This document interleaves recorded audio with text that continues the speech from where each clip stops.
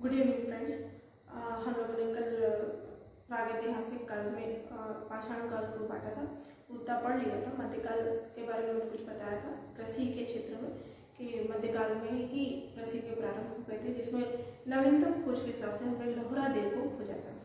आज उसको थोड़ा सा आगे बढ़ते हैं। तो हमने देखा था फिर से हम पाषाण काल को पाषाण काल कितने भागों में बांटा था हमने? 4 भागों में। एक था पूरा पाषाण काल, पूरा पाषाण काल। दूसरा था मध्य पाषाण काल, मध्य पाषाण काल। तीसरा था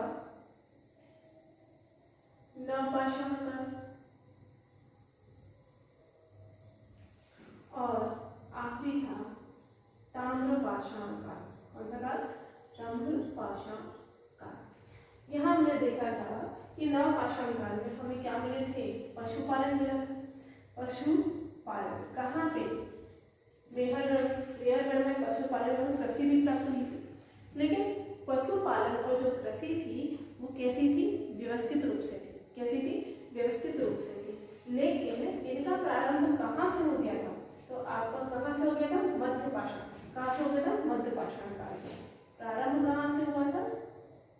मध्य पाषाण काल से। और पशुपालन व्यवस्थित ढंग से किस काल में आया? नवपाषाण काल में। इसी प्रकार हमने नवपाषाण काल में देखा था कि कृषि भी की जाती थी। तो कृषि कहाँ पे थी? व्यवस्थित ढंग से नवपाषाण काल में। कहाँ थी? नवपाषाण काल में। लेकिन इसका प्रारंभ कहाँ से हो गया था?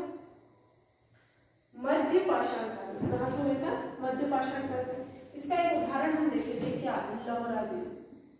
लोहरा देव कहाँ पे है? ये यूपी में है। कहाँ है? यूपी में। और पूरा पाषाण काल की इंपॉर्टेंट चीज हमने क्या देखी थी कि इस काल में किसकी खोज हो गई थी? आग की खोज हो गई थी। किसकी खोज हो गई थी? आग की खोज। अभी भी हम इतिहास के 3 कालखंडों में पहले ही कालखंड पे हैं। ये किसका भाग है? प्रागैतिहासिक काल का ही भाग है। अब यहाँ देखिए कि जब हम मध्य पाषाण काल की परसों क्लास में जब पढ़ा था, तो यहाँ पर हमने आपको लिखाया था अंत्योष्ठी। अंत्योष्ठी कौन सा कार्यक्रम? अंत्योष्ठी कार्यक्रम प्रारंभ किया। अंत्योष्ठी का मतलब होता है दफनाना। दफनाना। अंत्योष्ठी का मतलब होता है दफनाना। मतलब यहाँ पे लोगों ने मृत व्यक्तियों को दफनाने की परंपरा प्रारंभ कर ली थी। तो मध्य अंत्योष्ठी का प्रारंभ कहाँ से हुआ है? कहाँ से हुआ है? मध्य पाषाण काल से। लेकिन अब एक बात बताइए कि जब कोई चीज की शुरुआत होती है तो एकदम से उस चीज का ट्रेंड नहीं आता। जैसे टिकटॉक भी जब आया था तो शुरू में कुछ ही लोग जानते थे, लेकिन उसका आज ट्रेंड देखिए, गाँव गली गली बच्चा टिकटॉक बना रहे हैं ना। तो टिकटॉक को जो ट्रेंड बनने में समय जो लगता है वो यहाँ पे भी वही समय लगता है। अंत्योष्ठी प्रारंभ होगी मध्य पाषाण काल से, लेकिन नवपाषाण काल में कहाँ पे? नवपाषाण काल में बहुत सारे व्यक्तियों को एक साथ दफनाया गया है। क्या मिला है? दफनाया गया। जैसे देखिए, हर एक शहर का अपना एक कब्रिस्तान होता है, वहाँ पे लोग दफनाने के लिए जाते हैं। जैसे मुस्लिम भाइयों में किसी की मृत्यु हो जाती है तो वो उन्हें कब्रिस्तान में कब्र बना के उनको दफनाते हैं। हिंदू भाइयों में जलाते हैं। तो इस तरह की क्या होती है? एक परंपरा होती है। तो उसी प्रकार से अंत्योष्ठी कार्यक्रम चालू हो गया था। तो इसी प्रारंभ से ये इस अंत्योष्ठी कार्यक्रम प्रारंभ हो गया था मध्य पाषाण काल में, परंतु नवपाषाण काल में इसका कैसा रूप हो गया? विशाल रूप हो गया। कैसा रूप हो गया था? विशाल। तो यहाँ पे मिला है विशाल शव। विशाल शव मिले। कहाँ से मिले? विशाल शव मिले। तो विशाल शव कहाँ मिले थे?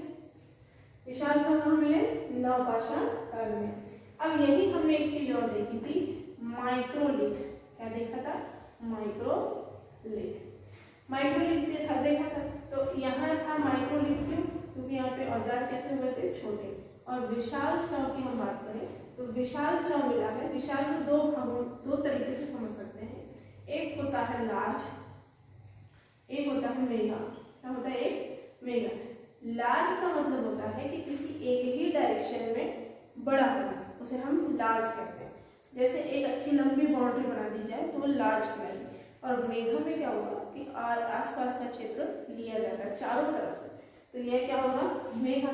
जो विशाल सरोवर है वो कैसा है मेघा, इसलिए इसे यहाँ पे बोलते हैं मेघालित। क्या बोलते हैं मेघालित।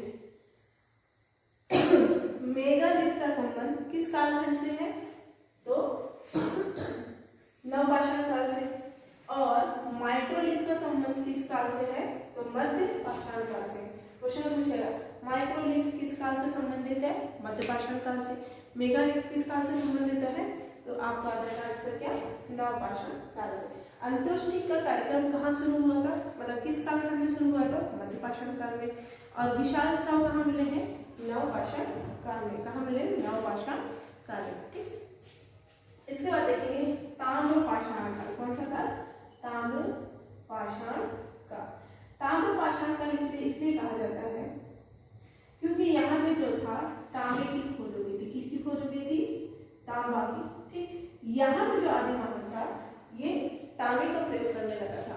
और जब हम प्राग ऐतिहासिक का पहला कालखंड देखेंगे पूरा पाषाण काल, तो यहाँ पे पत्थरों का प्रयोग किया जाता था शिकार के लिए। अब यहाँ पे क्या हुआ कि तांबे का प्रयोग करके उन्होंने तांबे का एक पाइप बनाया और पाइप के आगे नुकीला पत्थर को पहना दिया, तो इससे शिकार करना बहुत आसान हो जाता था। क्योंकि पत्थर का अगर आप पाइप बनाने जाएंगे तो वो बनेगा नहीं, कहीं ना कहीं से वो टूट जाएगा। लेकिन तांबे का आप पाइप बना सकते हैं और सामने नुकीला पत्थर बना सकते हैं, हल्का भी होगा, मार सकते हैं, है ना। तो इससे शिकार करना आसान हो जाता था। इसलिए इस काल को क्या कहा गया ताम्रपाषाण काल कहा गया। अब ताम्रपाषाण काल को चिल्कोलिथ भी कहते हैं। कौन सा लिथ कहते हैं चिल्कोलिथ। क्या कहते हैं चिल्कोलिथ। क्यों, क्योंकि तांबा जो है वो किससे मिलता है चिल्कोपाइराइट से। किससे मिलता है चिल्कोपाइराइट।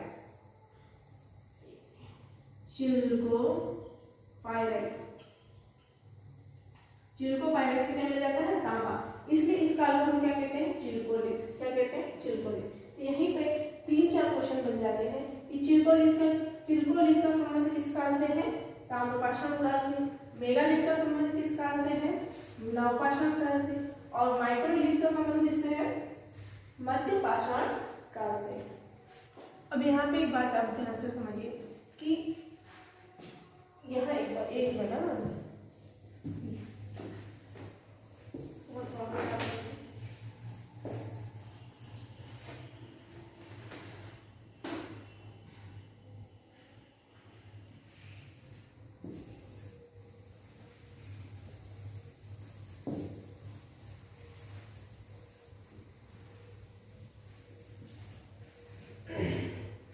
देखिएगा ध्यान से देखिए। एक कौन सा था मध्य पाषाण का, कौन सा काल था मध्य पाषाण काल, है ना।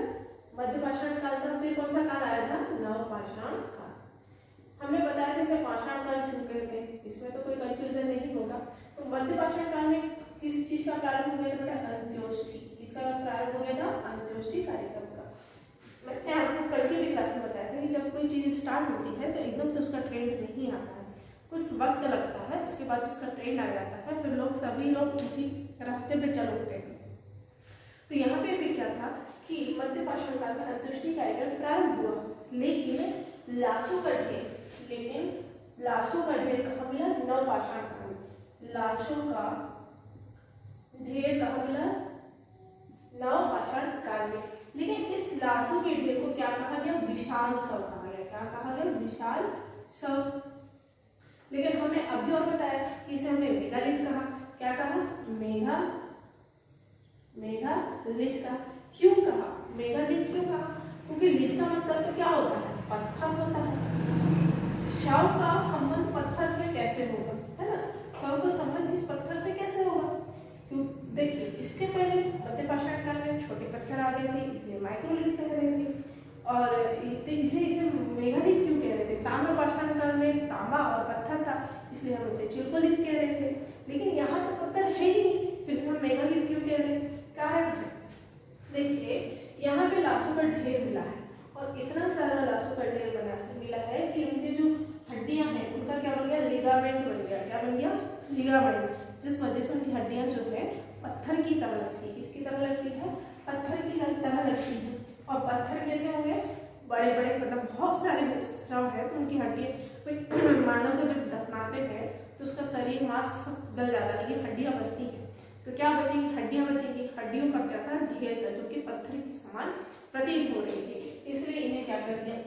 नाम दे दिएगा? मेघालित। क्या नाम दे दिया गया? मेघालित, है ना, क्योंकि मेघालित दे दिया। मेघा क्या था? विशाल था, मतलब पत्थर की तरह उनके क्या हो गए थे? शव हो गए थे, है ना। लेकिन ये मेघालित कहाँ मिला है? तो ये मेघालित मिला है दमदमा। कहाँ मिला है? दमदमा में। कहाँ मिला है? दमदमा, यूपी में, दमदमा में, यूपी। तो ये विशाल शव कहाँ से मिले हैं? दमदमा, यूपी से। और यूपी से ही एक जगह है जहाँ से हड्डियों के औजार या ये जो पहनते हैं, क्या कहते हैं, आभूषण मिले, है ना। तो यहाँ पे एक और जगह है महदाहा। ये भी कहाँ है? यूपी में है।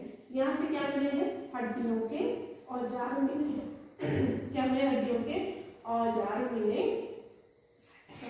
ठीक है, तो अब हम एक बार और ध्यान से देख लेते हैं, यहीं से क्वेश्चन बनते हैं।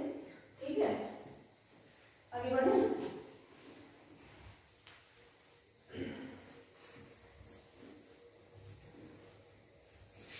देखिए, पूरा पाषाण काल में किस चीज की खोज हो गई थी? आगे की होगी। मध्य पाषाण काल में अंत्येष्टि कार्यक्रम प्रारंभ हुआ। इसी चलते आगे चलते नवपाषाण में क्या मिला हमें? विशाल शव मिला, जिसे हमने क्या कहा? मेघालित कहा।